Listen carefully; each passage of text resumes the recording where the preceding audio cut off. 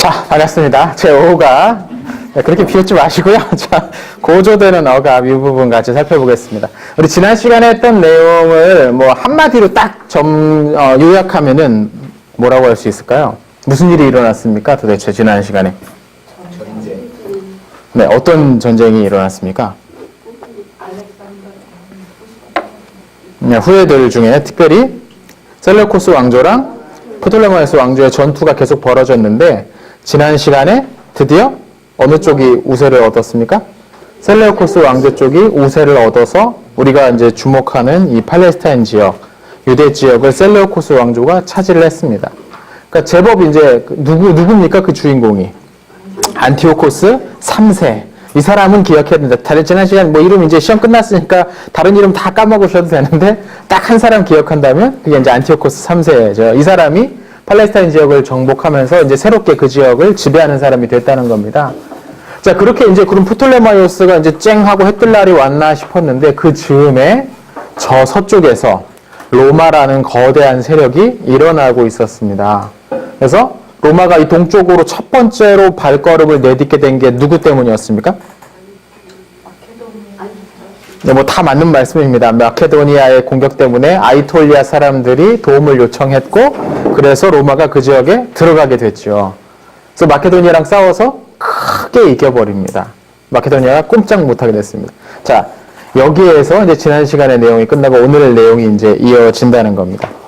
자, 그럼 이제 오늘 우리 살펴볼 인물은 먼저 안티오코스 3세 아직 살아 있습니다. 네, 그리고 그 다음 안티오코스 4세라는 인물입니다. 이 사람도 또 기억해 주셔야 됩니다. 뭐 옆에 나오는 대제사장이긴 한데 뭐 야손이니 메넬라우스니 여러 사람들은 잊어버리셔도 됩니다.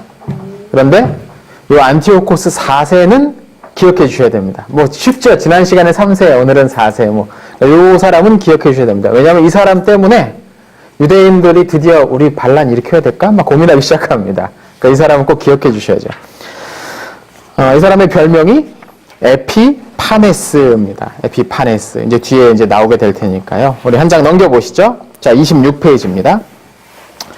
자, 로마 시리아 전쟁입니다. 먼저 다니엘 11장 18절 19절 빈칸 채워서 한번 읽어주십시오. 어떤 분이 한 분이 읽어주시면 좋겠습니다. 그 후에 그가 그의 얼굴을 바닷가로 돌려 많이 점령할 것이나 한 장군이 나타나 그의 정복을 그치게 하고 그 수치를 그에게로 돌릴 것이므로 그가 드디어 그 얼굴을 돌려 자기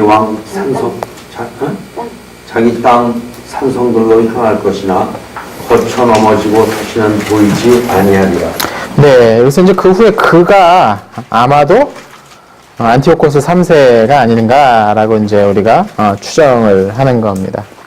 자, 그 후에 그가 얼굴을 바닷가로 돌렸다. 바닷가로 돌리면 이제 바다로 나가야 될 거 아닙니까? 그 밑에 지도 한번 보시면 안티오코스 왕조, 그러니까 그 셀레우코스 왕조에서 바다는 서쪽밖에 없습니다.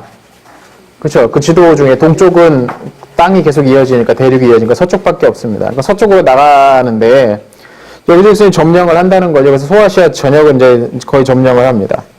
그리고서 지난 시간에 이어서 이제 얘기가 나오는 거죠. 그리스 중남부 지역, 그러니까 아이톨리아 사람들이 뭐 로마한테 도와달라고 해가지고 마케도니아의 위협을 막아내긴 했는데 이게 불만스러웠다고 말씀드렸죠. 왜냐하면 로마가 와서 마케도니아를 멸망시키지 않고 그대로 냅둡니다. 왕들도 그냥 그대로 내버려두고 전쟁을 일으킨 그 필리포스 5세도 그냥 냅둡니다. 계속 왕입니다.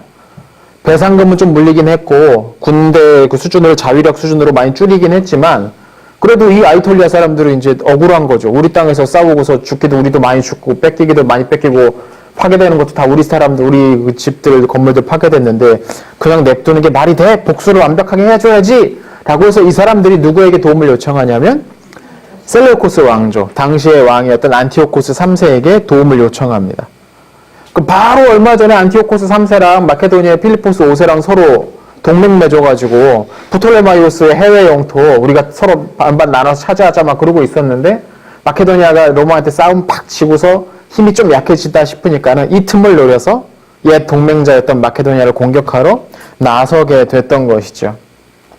그래서 거기 교재 보시면 6만 명의 군대를 이끌고서 장난 아닙니다. 이 6만 명의 군대를 이끌고서 헬레스폰트 해협을 건너서 유럽으로 발을 내딛습니다. 이게 BC 191년경입니다. 야, 근데 이 루트 어디서 많이 본 루트 아닙니까? 이쪽에 넘어갔다, 여기가 넘어갔다. 네, 예전에 페르시아 전쟁할 때 처음으로 아시아의 군대가 유럽으로 대대적인 공격을 해나갈 때 딱 이 루트입니다.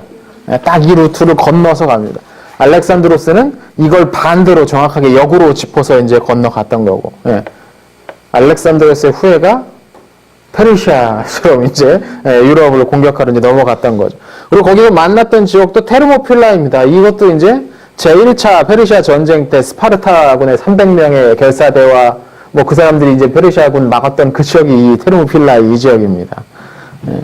거기서 이제 또 이제 공격을 해 들어왔습니다. 그러니까 이게 그 로마 쪽에서는 대단히 이제 용납할 수 없는 상황인 겁니다. 왜냐하면 이제 로마가 마케도니아에게 군대를 줄이고서 우리가 혹시나 이제 님 절대 우리 허락 없이 외부로 군대를 몰고 쳐들어가지 말아라 라고 하면서 협정을 맺었단 말이죠.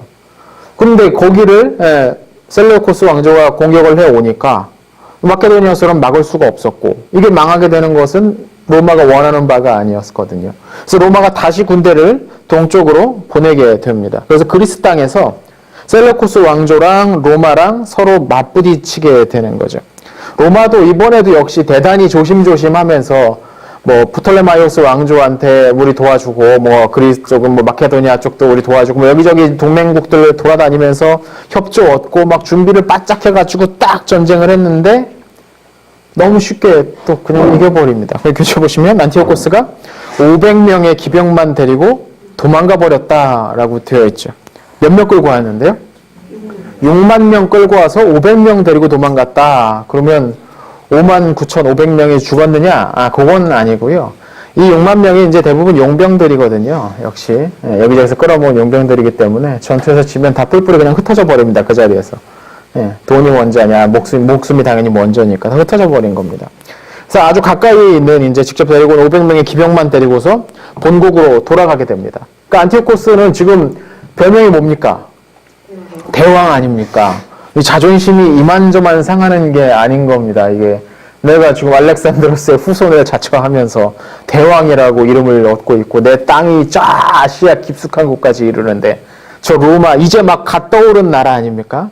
이제 막 갓 떠오른 나라인 로마한테 내가 이렇게 270년에 이탈리아반도 통일했으니까 얼마 지금 100년도 안 됐어요 이 나라가 지금. 네.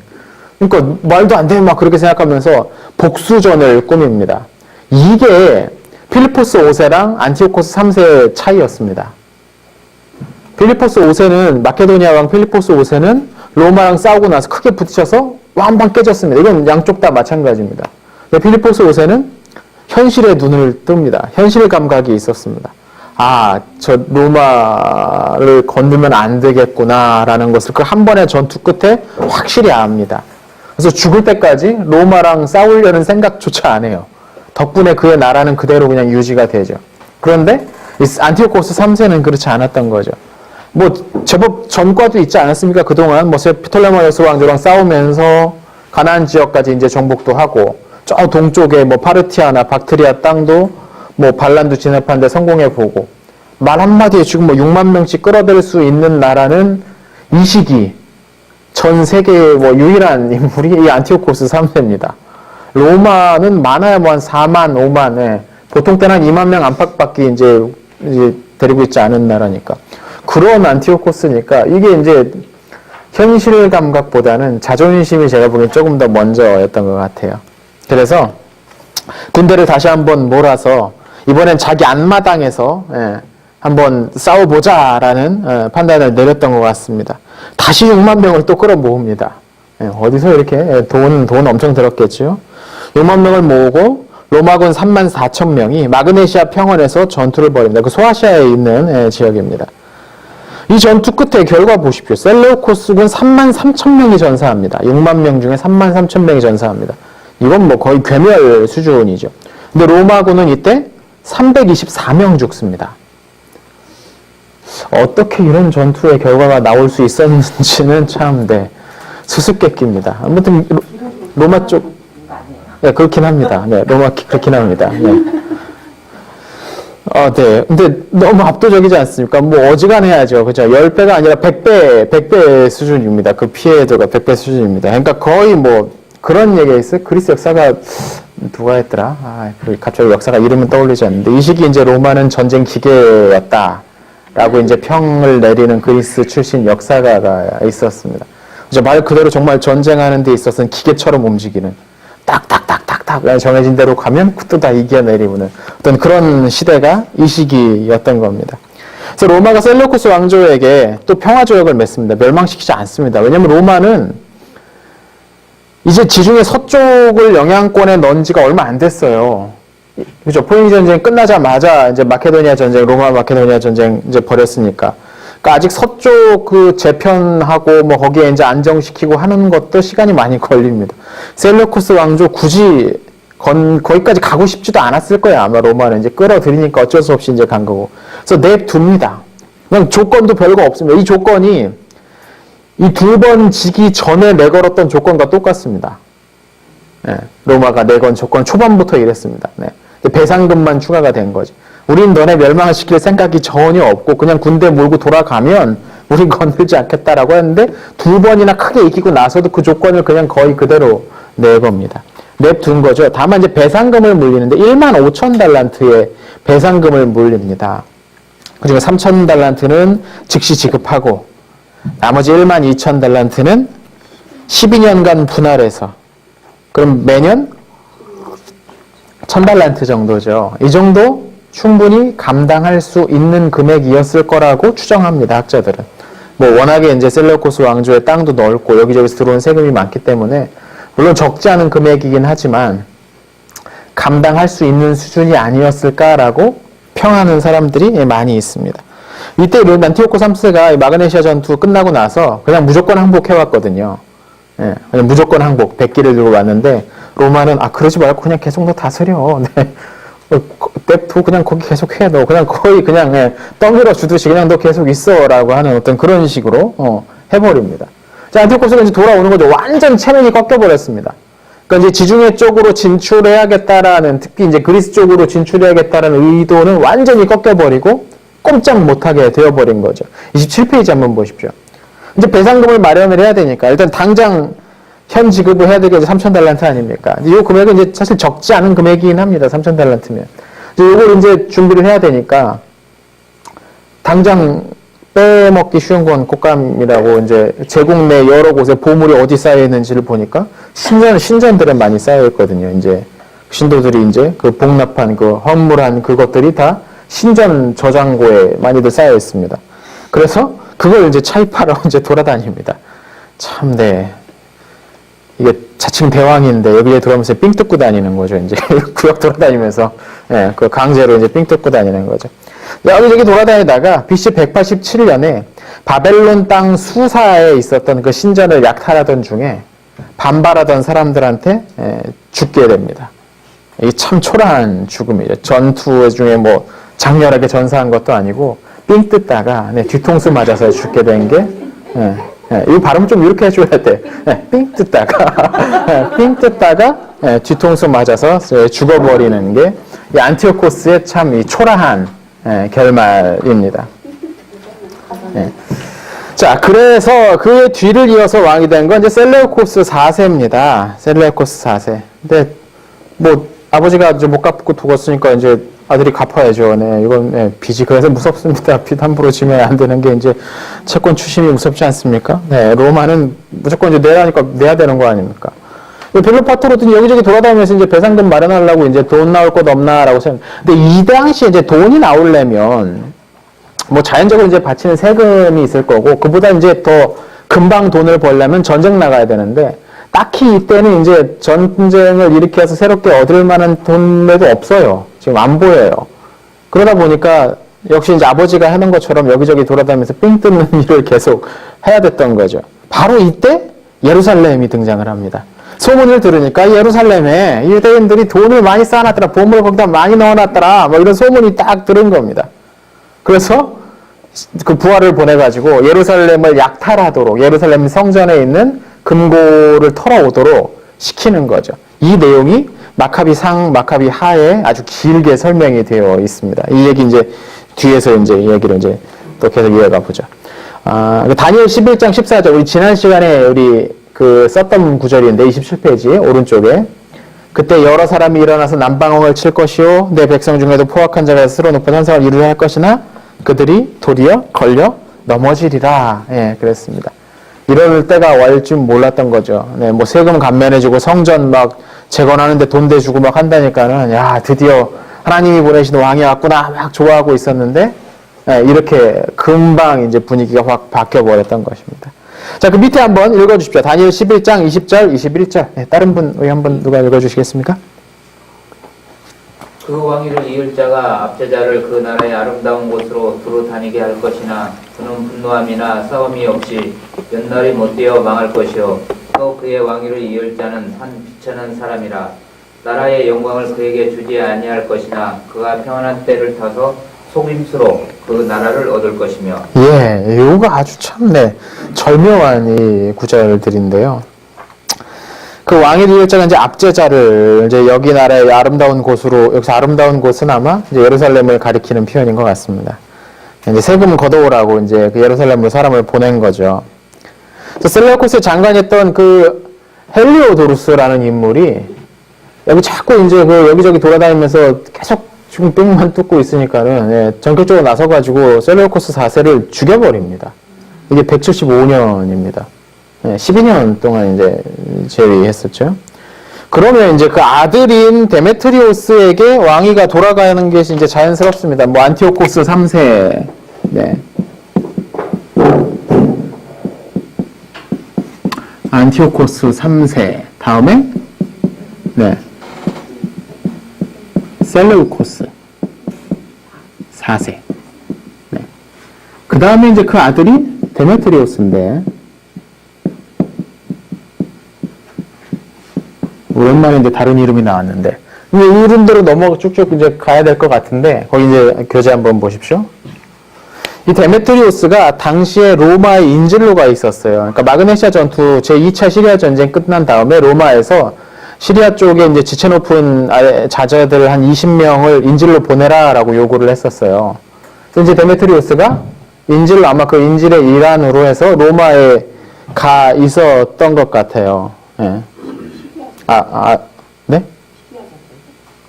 네, 시리아 전쟁. 네, 이 시리아 전쟁은 로마 시리아 전쟁, 네, 말하는 겁니다. 로마 시리아 전쟁, 네, 로마 시리아 전쟁. 네, 그렇죠. 이게 시리아라고 이제 부르니까 세계사에서는 보통 이렇게 해도 그냥 많이들 부르긴 하는데 헷갈리죠. 네.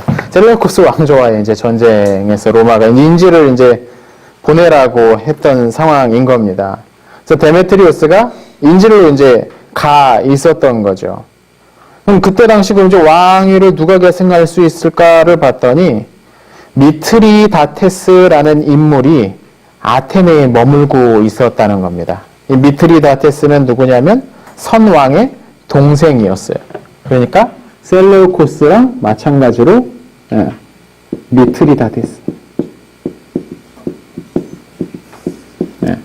형제였던 거죠.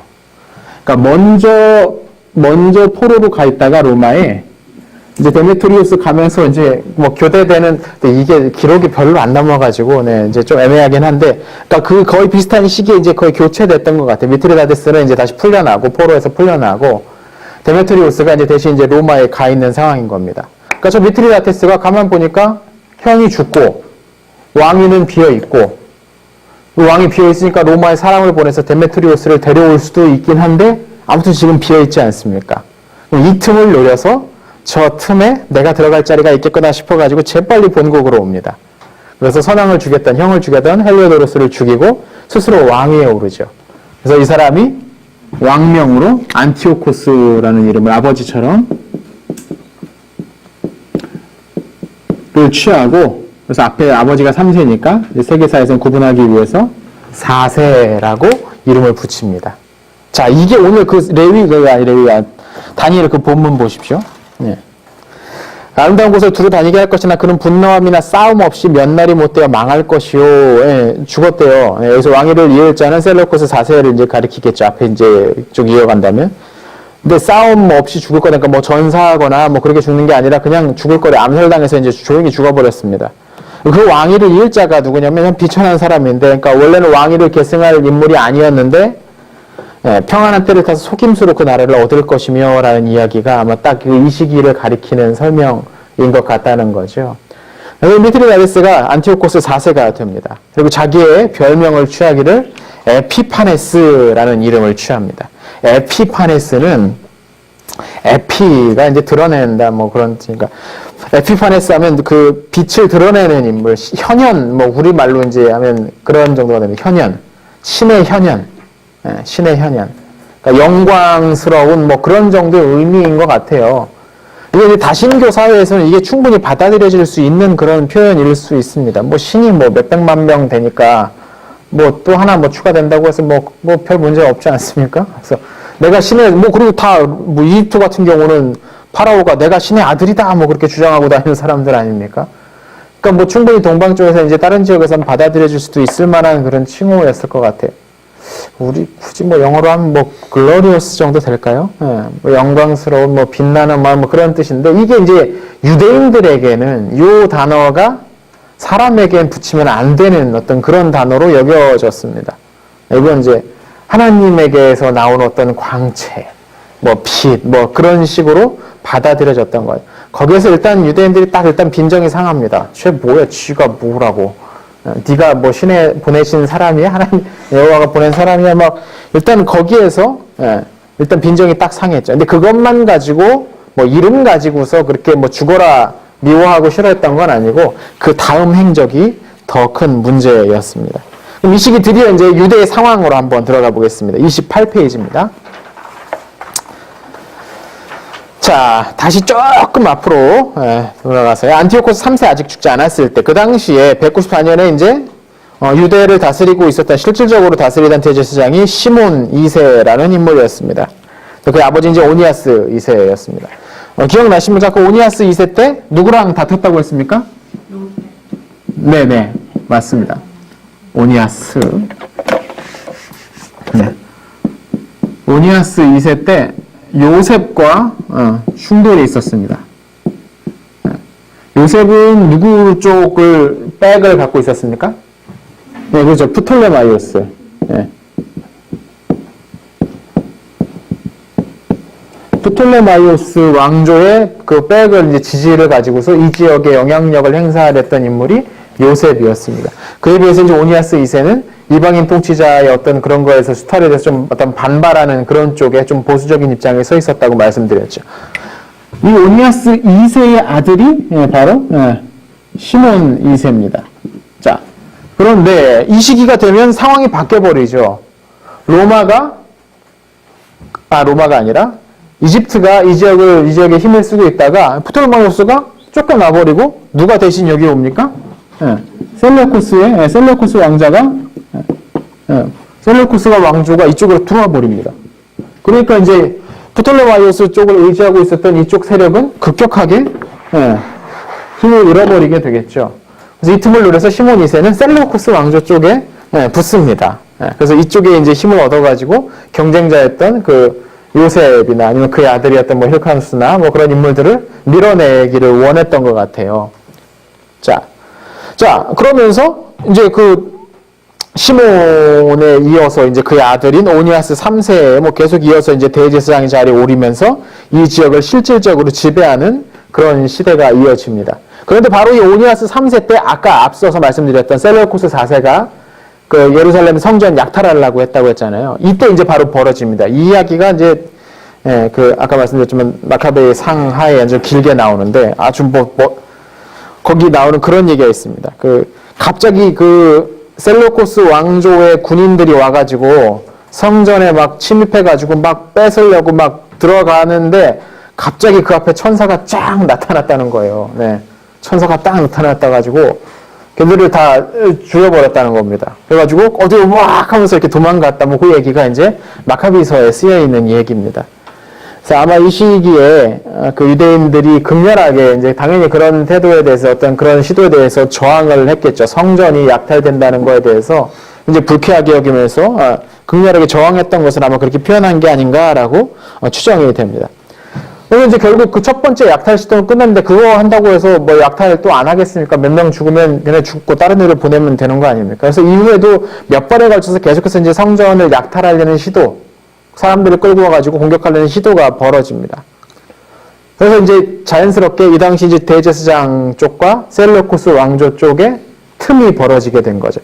원래 시작할 때는 셀레우코스 왕조 쪽이 좀 붙어가지고 저쪽을 요셉 세력을 좀 밀어내려고 했는데 좀 지나고 나니까 이쪽에서 이제 약탈하려 들어오니까 이쪽에 이제 거리를 좀 두는 그런 상황이 되어버렸던 거죠. 바로 이때 등장했던 것이 야손이라는 인물입니다. 야손. 이 마카비서나 요세푸스의 기록에 따르면 이 야손은 그 오니아스 3세의 동생이었다라고 설명되어 있어요. 동생. 근데 이 야손이 대제사장이 되고 싶었던 거예요. 형을 밀어내고. 근데 가만 보니까 형은 지금 셀레우코스 왕조의 그 왕하고 관계가 대단히 안 좋네. 근데 그렇다고 해서 셀레우코스 왕조가 뭐 이 조그만한 성 하나 함락 못 시켜서 냅두는 건 아닌 거, 그건 누구나 다 알만한 거고. 물론 바락바락 하다니까 이제 그냥 잠시 그냥 그러고 있는 건데. 그래서 가만히 생각해 보니까 야손이 저 형이 하는 거는 가망이 없어 보이는 거야. 저 반항은 쓸데없는 반항처럼 보이는 거. 해봤자 피해만 있을 것 같아. 그래서 차라리 그냥 순종하고 좀 갖다 바치고 좋은 게 좋은 거지 하면서 그런 식으로 이제 살기로 합니다. 그래서 형을 밀어내버리고 자기가 그 자리에 대신 오르기 위해서 안티오코스 새롭게 즉위한 아까 그 에피파네스 새롭게 즉위한 안티오코스 4세에게 뇌물을 이만큼 갖다 바치고 저를 대제사장 시켜주세요 라고 얘기합니다. 그랬더니 안티오코스 4세가 그래 뭐 좋지 뭐 이거야 뭐 그래 네가 대제사장 해 그러면 앞으로 네가 대제사장 오케이 그래 뇌물 받고 그리고 오니아스 3세를 수도로 끌고 가버립니다. 잡아가 버립니다. 그래서 거기에 그러니까 이 상황이 이제 이렇게 돼버려요. 그러니까 오니아스 3세가 원래는 이제 좀 정확하게 설명을 하면 오니아스 3세가 이제 틈이 벌어지니까 어떻게든 이걸 좀 그래도 무마를 해야겠다라는 생각을 갖고 사람들과 함께 수도인 안티오키아로 갑니다. 오늘 지도 너무 많이 안 그렸는데 네, 그래도 우리 동영상에 좀 뭐 좀 남아야 되니까 네. 지도 좀 그려볼까요? 네. 안티오키아가 네, 여기 있습니다. 여기가 안티오키아입니다. 네. 그리고 네, 이것도 너무 높이 그렸는데 그래서 이제 지도를 제가 보면서 비례를 참 안 맞게 그리고 있다는 걸 제가 설명드리겠는데 여기 이제 예루살렘이고 여기 이제 안티오키아입니다. 그래서 이제 갑니다. 설명하려고. 내가 사실 이렇게 당신한테 뭐 이렇게 크게 억하심정이 있는 건 아닌데 부하들이 와가지고 막 이렇게 하니까 나는 이것도 받아들이기가 어렵고 뭐 사장이 내가 위치가 또 이렇고 막 이제 설명을 하러 갔는데 냅다 설명 안 듣고서 그냥 가둬버립니다. 그러니까 순간 이제 대제사장이 갖춰지고서 비어있는 상황이 되니까 이때 이제 야손이 나선 거죠. 형 대신에 그냥 내가 대제사장 하지 뭐 하면서 뇌물을 갖다가 거액을 바치고 대신 형 풀어주지 마세요. 거기 그냥 두세요. 아마 이제 그러면서 자기의 자리를 이제 공고히 하는 거. 이게 최초의 대제사장을 돈 주고 산 인물이 이제 이 사람입니다.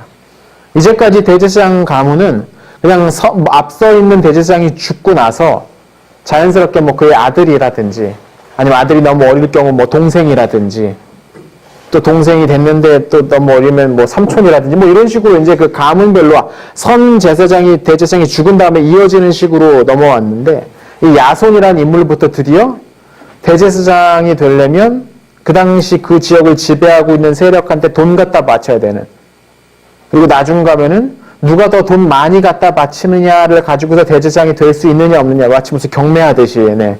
5만 원, 뭐 10만 원 막 하듯이 이렇게 뇌물 배틀이 이제 벌어지기 시작하는 게 바로 그 시초가 이 야손이라는 인물이었습니다. 근데 그렇게 이제 돈 갖다 바치고 형 배신하고 막 그렇게 겨우겨우 대제사장 됐는데 겨우 3년밖에 대제사장 못 해먹습니다. 거기 이제 나오는 게 돈 좀 더 많이 갖다 바치기로 한 인물이 새롭게 등장합니다. 메넬라우스라는 인물입니다. 메넬라우스. 그러니까 이 메넬라우스는 적어도 이제 야손까지는 후손이긴 했어요. 그쵸? 예, 근데 메넬라우스는 아예 그 직계의 후손과 관련이 없는 사람입니다. 이게 물론 어디에는 이게 야손의 또 다른 동생, 그러니까 오니아스 동생이라고 말하는 데도 있는데 마카비하 같은 데를 보면 메넬라오스는 분명 그 계보랑은 전혀 상관이 없는 인물인 것 같아요. 그러니까 이 사람부터는 메넬라오스는 정말 말 그대로 그 아론 가문의 후손, 이제 아론 가문의 중시죠, 이제 사독 가문의 후손과는 전혀 상관없는 그런 인물, 그런 유대인으로서 최초로 대제사장된 인물이 메넬라오스라는 인물. 이름부터 보십시오. 메넬라오스. 이거 이름 참, 예, 그리스식 이름입니다. 야손까지는 그 히브리식 그 이름입니다. 야손까지는. 근데 메넬라오스. 이건 완전 그냥 그리스식 이름이죠. 그러니까 이 당시에 이 지배층들이 굉장히, 이제, 그 당시 뭐 셀레우코스 왕조 다 그리스 사람들 아닙니까? 그러니까 거기에 이제 친하게 보이려면 창씨 개명을 이제 해야 되는 거지, 이제. 예. 그런 식으로 이제 그쪽 이름도 취하고 그쪽에 의존하는 경제활동, 정치활동, 예, 그런 것들을 이제 하려는 사람들이 이 시기 유대를 지배하게 되었다는 겁니다. 메넬라우스라는 인물이 그 정점에 있었던 사람이죠.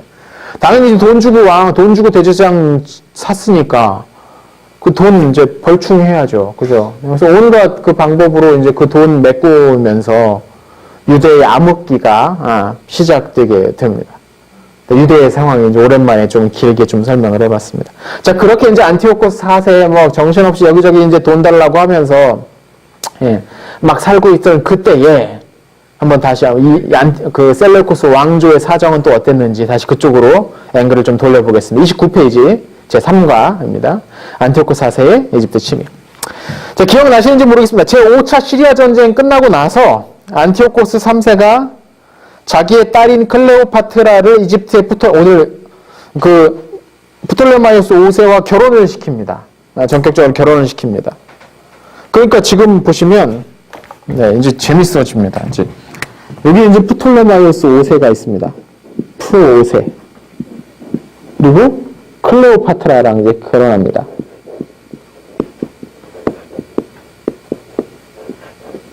자, 이 클레오파트라는 누구 딸이라고요? 안티오코스 3세의 딸인데 안티오코스 대왕의 딸이죠. 그러니까 이 클레오파트라는 분명 이제 셀레우코스 왕조 출신입니다. 그렇죠? 네. 셀레우코스 왕조 출신입니다. 거기 가가지고 이제 우리한테 유리한 쪽으로 뭔가 영향력을 그 좀 행사하기를 바라는 마음에서 이제 그렇게 보내놨던 거죠. 이제 군대 같이 보내놨던 거죠. 그런데 그 프톨레마이오스 5세가 그 교재 나오지만 이집트 이제 그 시기부터 막 그 반란 많이 일어났다고 하지 않았습니까? 이집트 원주민들의 반란이 막 일어났다고 하지 않았습니까? 이 프톨레마이오스 5세가 그 반란 열심히 진압하다가 갑자기 죽습니다.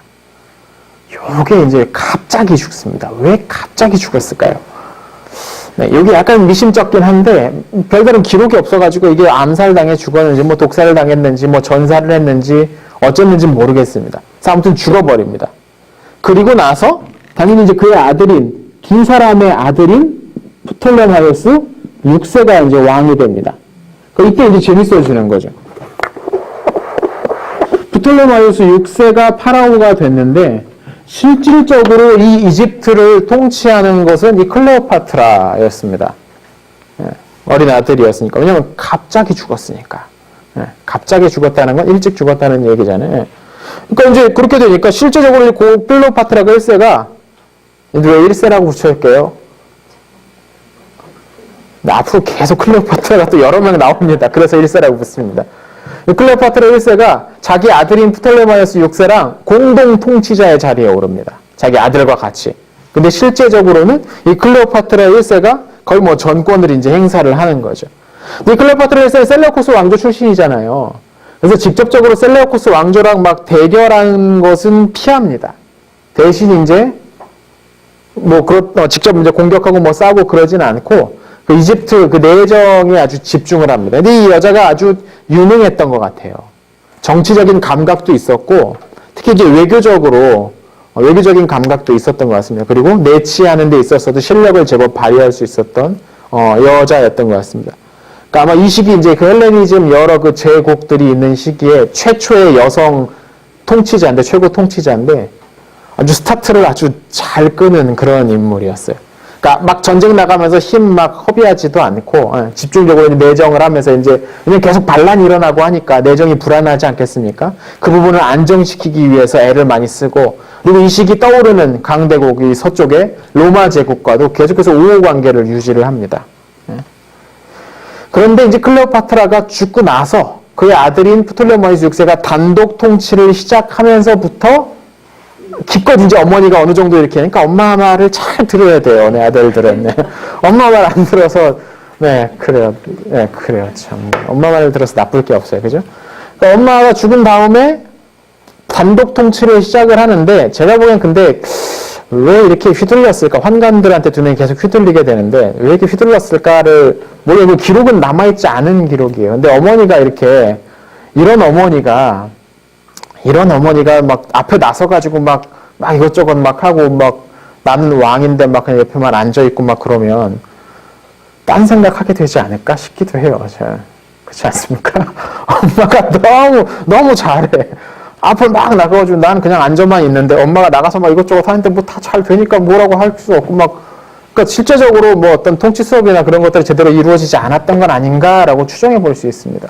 그러니까 그의 아들인 프톨레마이오스 6세는 어머니랑 전혀 다르게 어떤 정치나 아니면 내정 쪽에 외교 쪽에나 뭐 이것저것 그냥 두각을 나타내지 못한 그러니까 잘하는 게 별로 없는 그런 인물이거든요. 그래서 두 명의 환관에게 크게 의지를 하던데 아마 이거는 그 전부터 의지를 계속 했을 겁니다. 그러니까 엄마가 이제 자꾸 자기 따시키고 자기 그렇게 여겼겠죠. 이제 내가 왕인데 내가 왕인데 엄마가 막 나서가지고 막 이것저것 하면서 나 못하게 하니까는 이제 나는 왕따 됐다. 나는 내 말 들어주는 사람은 이 환관들밖에 없고 막 그러니까 막 아마 그렇게 된 건 아닌가 싶어요. 그러니까 어머니가 죽자마자 어머니 정책을 뒤집어 버립니다. 구체적으로 이 남부 시리아를 탈환하기 위한 그러니까 유대 지역을 탈환하기 위한 전투를 벌이게 되는 거죠. 어머니 때는 이 지역을 지금 누가 지배하고 있는데요? 안티오코스 왕조 땅 아닙니까? 네, 안티오코스 왕조가 이 지역을 지배하고 있는데 이 지역을 이제 갖겠다고, 이 남부 지역을 남부 시리아 지역을 갖겠다고 공격해 오는 거죠. 아마 그렇게 생각했겠죠. 어머니는 자기 친정 쪽이라고 공격 못했지만 난 아니라고. 근데 아마 뭔가 이 차별화된 걸 보여주고 싶었던 건 아닐까 그런 심도 좀 엿보입니다. 난 어머니랑 다르다. 뭔가 이제 보여주려는 어떤 그런 마음도 있었던 것 같아요. 자, 밑에 한번 빈칸 채워서 한번 읽어주시죠. 다니엘 11장 25절입니다. 그가 그의 힘을 빠치며 용기를 다하여 큰 군대를 거느리고 남방왕을 칠 것이고 남방왕이 힘이 크고 강한 군대를 거느리고 맞아 싸울 것이나 등이 강아지 부탈이 있는 그들이 대력을 세웠더니 침입니다. 네, 이렇게 이제 제6차 시리아 전쟁이 이제 벌어지는데요. 싸움을 일으키려면 이겨야지. 네, 이기지도 못합니다. 네, 그러니까 전투에 능하지도 못해요. 네, 외교적으로 판단력도 떨어지는 것 같고, 그렇다고 뭐 어떤 전술 전략에 능했던 것도 아니고. 자, 그래서 공격을 해 올라옵니다. 쭉 타고 올라옵니다. 그런데 안티오코스 4세가 이걸 뭐 거의 예상이라도 했듯이 건수 걸렸구나 싶어가지고 바로 군대를 모으고서 이제 역습을 합니다. 대방에 깨져버리고 펠루시움, 이집트의 관문이라고 불렸던 이 펠루시움 예전에 한번 나왔었는데 기억나십니까? 알렉산드로스가 딱 여기 점령하니까 페르시아가 이집트 항복하고 가지 않았습니까? 그 지역입니다. 이집트의 관문이었던 펠루시움 정복하고 멤피스, 하이집트의 예전에 하이집트 수도 중심지였던 멤피스까지 정복해버립니다. 그리고 알렉산드리아까지 진격하게 됩니다. 그러니까 이 에피파네스 안티오코스 4세는 야 이제 됐다 싶었을 겁니다. 이번 기회에 이집트 완전히 멸망시켜버리고 내 영토를 여기까지 이제 다 정복하면은 다시 한번 이 동쪽에서는 나만한 사람 없을 거다라고 이제 거의 됐다 거기까지 마음을 품고 있었을 겁니다. 그런데 여기에서 로마가 또 개입을 하는 거죠. 이제까지 이 프톨레마이오스 왕조는 로마에 대해서 중립 또는 우호적인 입장을 계속 보였습니다. 로마가 포에니 전쟁하면서 거의 망할 지경에 이르렀을 때도 끝까지 중립을 지킵니다. 이집트 바로 서쪽에 카르타고 있지 않습니까? 카르타고랑 로마랑 벌인 전쟁이 포에니 전쟁인데 여기에서 뭔가 그 프톨레마이오스가 왕조가 뭔가 좀 이득을 얻으려고 했으면 충분히 얻을 수가 있었을 텐데 로마의 요청을 받아서 끝까지 중립을 그대로 지킵니다. 그리고 로마가 마케도니아 정쟁하러 갈 때 뭐 곡식까지 보내주고 뭐 지원병까지 보내주고 하면서 계속 우호적인 관계를 가지고 있었어요. 특별히 이제 이 클레오파트라 1세 때 아주 뭐 그런 우호적인 관계를 이제 많이 돈독히 쌓아놓은 상황이었습니다. 그런 상황에서 이집트가 위기에 처했다는 소식을 로마가 딱 들은 겁니다. 그러니까 여기에서 이집트가 사라져버리는 건 로마 쪽에서도 전선이 바로 가까이 이제 깊숙이 땡겨진다는 얘기거든요. 물론 얼마 전에 이 시리아 쪽, 그러니까 셀레우코스 왕조랑 싸우고 나서 뭐 항복을 받아냈고 어느 정도 이제 평화협정을 맺긴 했지만 그래도 가상 적국인 건 마찬가지 아닙니까? 언제든 이제 전쟁을 일으킬 수 있는 상황이니까. 이제까지는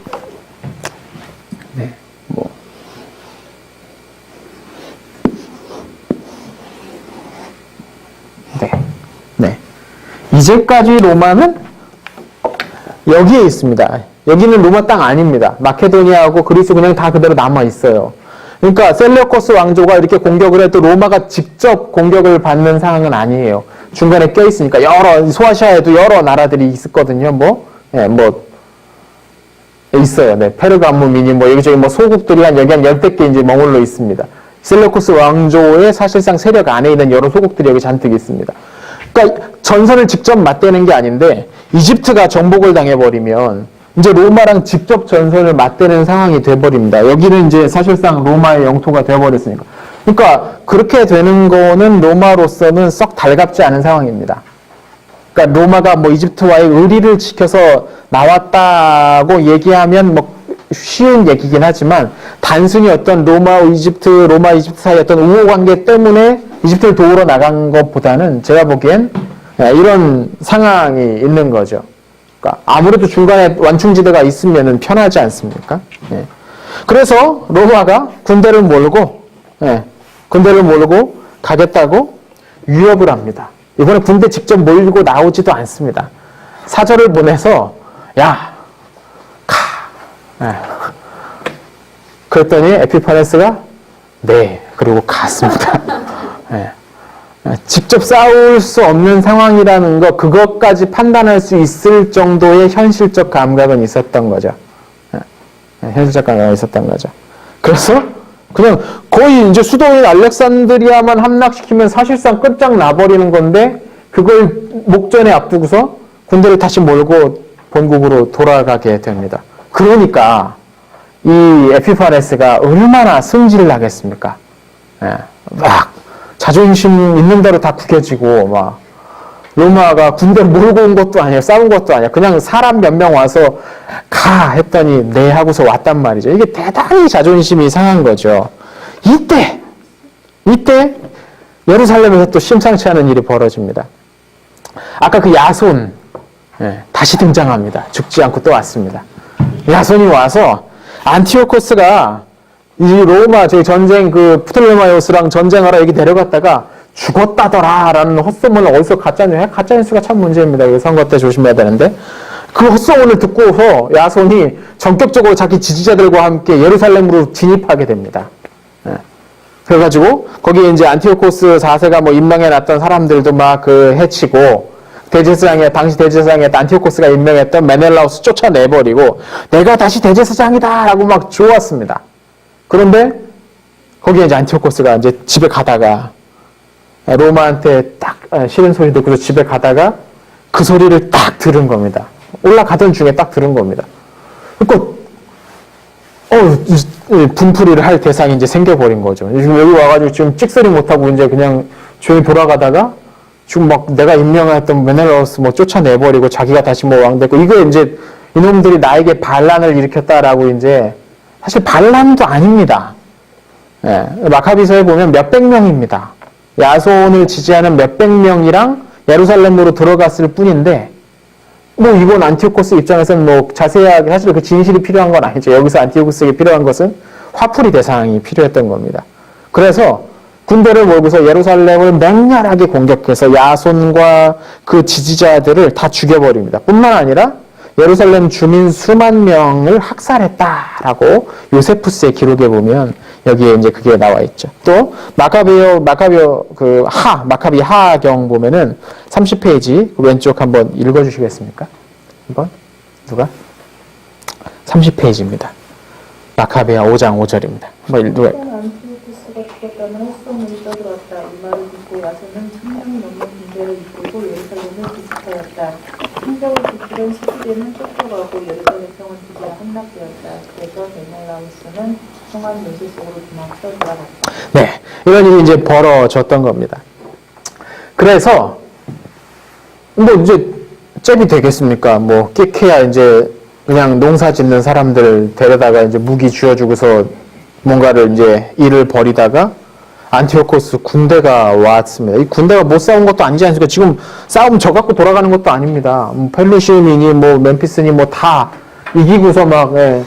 근데 이제 힘의 상태가 안 되니까 이제 할 수 없이 물러가고 있으니까 이 군대를 끌고 왔는데 뭐 정규군하고 이런 이 비정규군하고 직접 맞부딪히면 예, 싸움이 안 되겠죠. 금방 예루살렘이 함락돼 버리고 맙니다. 이제 안티오코스가 이제 메넬라우스 데리고서 다시 갑니다. 예, 우리 돈줄. 네. 이런 애들 꼭 데리고 다녀야죠. 네. 돈줄 데리고서 이제 예루살렘으로 딱 들어갑니다. 메넬라우스가 얼마나 감격했습니까? 우리 안티오코스님께서 네. 나를 다시 대제사장 나를 잊지 않으시고 무능하여서 폐악 왕에게 이런 또 근심을 안겨주었던 나를 버리지 않으시고 다시 대제사장으로 임명해 주시니 얼마나 감사합니까? 그래서 이 메넬라우스가 안티오코스를 데리고 가면 안 되는 곳에 가버립니다. 바로 성전입니다. 성전. 성전이 어떻게 생겼는지 아십니까? 성전이?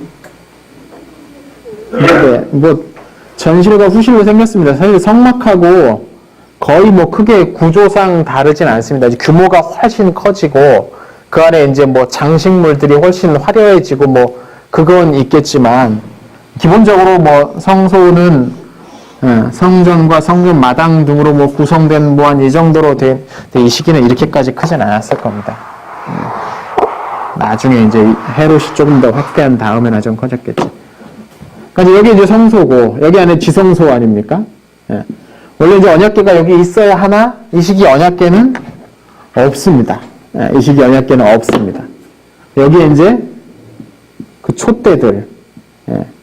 뭐 촛대들이 이제 막 여러 개 있고 여러 개가 있었던 것 같아요. 성막에는 이제 하나 있었던 것 같은데 이제 이게 규모가 엄청나게 커지다 보니까 그리고 이제 뭐 향 피우고, 네, 향 피우고 이제 뭐 떡 있고 뭐 이런 이제 이런 게 아니라 이런 겁니다. 아무튼 이제 성소에는 제사장들만 들어가고 이 지성소에는 대제사장만 들어갑니다. 1년에 딱 한 번 속죄일에 1년에 딱 한 번 속죄일에 딱 들어가는 게 이제 지성소입니다. 이 당시 대제사장은 메넬라우스입니다. 그러니까 자기는 뭐 돈 주게 됐든 어쨌든 일단 들어갈 자격은 있다고 주장을 할 수가 있습니다. 그런데 안티오코스 4세가 야 도대체 거기 뭐가 있는데 나도 한번 보자 그런 겁니다. 그 메넬라우스가 아유 보셔야죠. 네, 이리 같이 가시죠 하면서 친히 인도해서 안티오코스를 데리고 성전 안으로 들어가서 여기에 딱 들어가 버린 겁니다. 안티오코스가 이방인 왕이 거기에 딱 들어가 버린 겁니다. 이때 안티오코스가 딱 한마디 했답니다. 아무것도 없네. 그러고 나왔답니다. 네. 성경은 거기는 아무것도 없었거든요. 원래 이제 언약궤가 있어야 되는데. 여러분 언약궤가 지금 어디 있는 줄 아십니까? 이 언약궤가 지금 어디 있는 줄 아십니까? KBS에서 요새 다큐멘터리 전해줬는데, 예, 다큐멘터리 보니까 에티오피아 정교회에서 그 나일강 그 상류 쪽에 어떤 그 섬에 언약궤가 여기 와 있다고 네, 주장을 한답니다. 네, 사실인지는 모르겠습니다. 아무도 못 들어간답니다. 근데 있대요. 네, 아무도 못 들어갔어. 확인은 못했는데 아무튼 있답니다. 네, 그렇습니다. 아무튼 네, 이제 이런 일이 벌어지게 된 겁니다. 그러니까 유대인들, 정통파 유대인들, 좀 경건하다고 느끼는 자기는 이제 경건한 삶을 살고 있는 유대인들이 이 메넬라우스를 대단히 증오하게 됩니다. 뿐만 아니라 이 에피파네스 역시 들어가서는 안 되는 저 이방인이 성전을 더럽혔다라고 하면서 대대적으로 어떤 분노와 증오감을 표현하기 시작합니다. 그러니까 에피파네스는 그게 더 승질 나는 겁니다. 이것들 힘도 없으면서 밟으면 찍소리도 못하고 쭈그러져 있어야 될 놈들이 자꾸 틱틱거리면서 자존심은 있어가지고 막 한다는 거죠. 그래서 이때 거기 이제 교재 맨 마지막 문단에 나온 것처럼 아주 이례적인 조치를 하는데, 이제까지 이런 식의 조치, 여러 이방인들이 이 지역을 지배했지만 이런 식의 조치를 한 왕은 없었는데, 거기 보시면 성전 제물 약탈하는 것은 물론이고 종교적인 어떤 유대인들의 어떤 종교적인 어떤 관습이나 그런 것들을 다 못하도록 막 금지해버리는 명령을 내립니다. 특히 뭐 이런 얘기가 이제 나오는데, 이게 진짜인지는 모르겠는데 돼지고기를 제단에 바치도록 했다, 뭐 이런 말이 나옵니다. 돼지고기는 그 레위기 율법 규정에 따르면 부정한 동물입니다. 정한 동물은 되새김질을 하고 굽이 갈라져 있어야 됩니다. 근데 돼지는 그렇지 않거든요. 그래서 부정한 동물은 먹기만 해도 부정해지는 게 레위기 율법인데, 당연히 제물로에도 돼지는 등장하지 않죠. 근데 이 돼지를 거기다 제물로 드리라고 강요를 했다는 거죠. 그럼 다른 데선 돼지를 제물로 드렸느냐? 그렇지도 않아요. 네, 그렇지도 않거든요. 그러니까 제가 보기엔 이 조치를 만약에 실제로 이렇게 명령을 했다면 이건 다분히 의도적으로 유대인들의 종교적인 관습을 모욕하고 무시하기 위해서, 억누르기 위해서 일부러 했던 명령이에요. 그리스 사람들이 돼지로 제물 안 바치거든요. 그리스 사람들도. 그러니까 일부러 이런 명령을 내린 거죠. 또 안식일을 준수하는 것, 또 유대의 전통적인 절기, 뭐 유월절이니 뭐 초막절이니 뭐 이런 절기들, 이런 것들을 지키는 것, 지킨다는 건 그때 이제 아무 일도 하지 않고 그 명절의 규례들을 이제 준수하면서 일주일씩, 보통 일주일씩, 뭐 유월절인 초막절이 다 일주일씩 하는 거거든요. 일주일 동안 쉬고 막 이런 건데, 사실 이렇게 절기 때마다 쉬고 하는 것도 유대인들이 유일했습니다. 전 세계에서 역사 가운데 기록상 남아있지 않습니다. 이런 식으로 쉬는 게. 근데 그런 것들이 이제까지는 다 보장이 됐습니다. 뭐 노역이라든지 뭐 이런 것들 뭐 다 그때는 안 해도 되고 막 다 그랬는데, 그런 것들을 다 그냥 금지해 버렸던 거죠.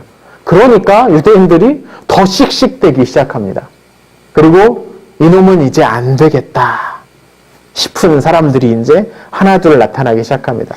이제까지 여러분, 이게 한 170년경 안팎이니까, 170년경 안팎이니까, 기원전 586년에 예루살렘이 함락되고 나서 얼마나 지났습니까? 한 400년? 410년? 뭐, 한 400년가량이 이제 지났습니다. 그 400년 동안 유대인들은 이방 지배자들의 지배 아래에 있었습니다. 처음에는 바벨론, 그 다음엔 페르시아, 알렉산드로스 잠깐 있다가 프톨레마이오스 왕조, 그리고 셀로코스 왕조까지 계속해서 한 400년 동안 지배를 받으면서도 유대인들이 대대적으로 반란 일으켰다는 기록은 한 번도 안 나옵니다. 왜냐하면 유대인들의 특수성을 대부분 그냥 그대로 냅뒀습니다. 대부분 이제 나머지 왕들은 이제까지 이방 지배자는 다 다신교 사회였기 때문에 쟤네가 그거 믿고 싶다면 그냥 그거 믿게 냅둬. 그리고 별 자기들한테는 아무런 뭐 신앙적 충돌이 일어나지 않거든요. 오직 경제적인 부분에 있어서 세금 제대로 바치기만 하면 그냥 거의 반독립국처럼 대제사장 지네들이 알아서 니들 율법에 따라서 해. 세금만 바쳐. 사실 이런 식의 통치였거든요. 근데 이 에피파네스는 이제까지 그런 통치자들과는 다르게 유대인들의 감정을 대대적으로 막 긁는 그런 통치자였습니다. 감정만 긁은 게 아니라 물론 굉장히 많은 사람들을 학살하고 학대하기까지 했죠. 그래서 이것 때문에 드디어 유대인들이 봉기를 일으키기 시작합니다. 이 봉기의 역사가 이제 로마 시대까지 이제 계속 이어지게 되는 거예요. 드디어 마카비 투쟁의 시작이 다음 시간에 열리게 됩니다. 우리 이 중간사 연대기 그 스탬프에 보면, 기억 안 나시죠? 너무 옛날에 주보에 나와서. 거기에 보시면, 중간사 연대기 그 스탬프에 보시면, 이쪽에 이제 다윗의 별이 그려져 있고, 여기에 이제 망치가 그려져 있습니다. 다윗의 별은 이제 유대인들이 자기들을 상징하기 위해 사용하는 거고, 저 망치가 바로 마카비의 뜻입니다. 마카비가 망치라는 뜻입니다. 망치. 자, 이 이야기, 드디어 이제 유대인들 독립 투쟁에 관한 이야기는 다음 시간에 우리 함께 이어가도록 하겠습니다. 오늘은 여기까지 하겠습니다.